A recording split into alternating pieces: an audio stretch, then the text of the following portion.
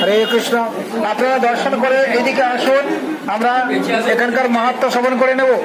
দর্শন করুন, ওখানে প্রণামী দেন, প্রণামী যৎকিঞ্চিত দিয়ে আপনারা চলে আসুন এবং এখানকার মাহাত্ম্য কিছু শ্রবণ করুন।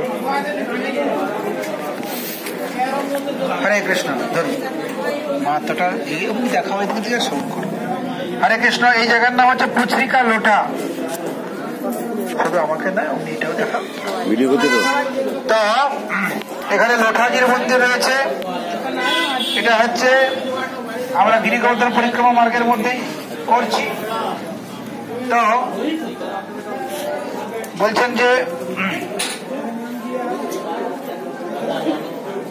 7 ক্রোশ গিরিরাজের মধ্যভাগে গোবর্ধন গ্রাম, উত্তরে রাধাকুণ্ড গ্রাম, দক্ষিণে পুজলি গ্রাম। গোবর্ধনের মধ্যস্থলে দানঘাটি, উত্তরে জগন্নাথ মন্দির, দক্ষিণে কৃষ্ণ বলরাম মন্দির। পুজলি নাম কেন, এখানকার নাম পুজলি কেন না, গিরিরাজ হলো ময়ূরাকৃতি, মানে গিরিরাজ যে পর্বতটি সেটা ঠিক ময়ূরের মতো, তাহার পুচ্ছ এইখানে অবস্থিত। একটা ময়ূর, তার তো পুচ্ছ থাকবে, তো গিরিরাজ পর্বতটাও ঠিক ময়ূরের মতো।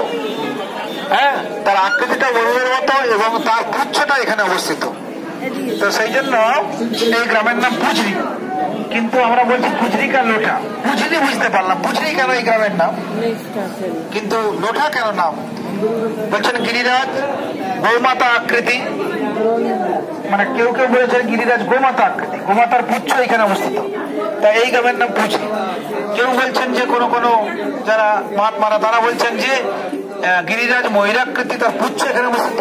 কেউ কেউ বলছেন গিরিরাজ গো আকৃতি, গাভীর মতো, তার পুচ্ছ এখানে অবস্থিত, তাই পুজলি। আর সেই সঙ্গে সঙ্গে শ্রীকৃষ্ণের 2টি নেত্র হইতে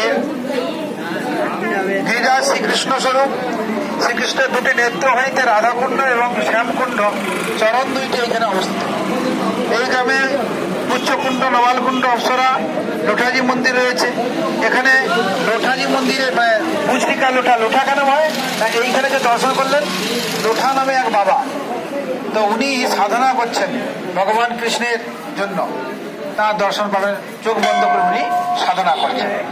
সেই জন্য এই পুজরিকা লোঠা, গিরিরাজের এটা পুচ্ছ, তাই পুজরি, তার সঙ্গে লোঠা বাবা এখানে বসে সাধনা করছেন। উনি হলেন ভগবানের এক প্রিয় সখা লোঠা, উনি এখানে ভজন করছেন, ভগবান কৃষ্ণ আবার কবে তাকে দর্শন দিলেন। সেই জন্য এই জায়গার নাম হয়েছে পুজরিকা লোঠা।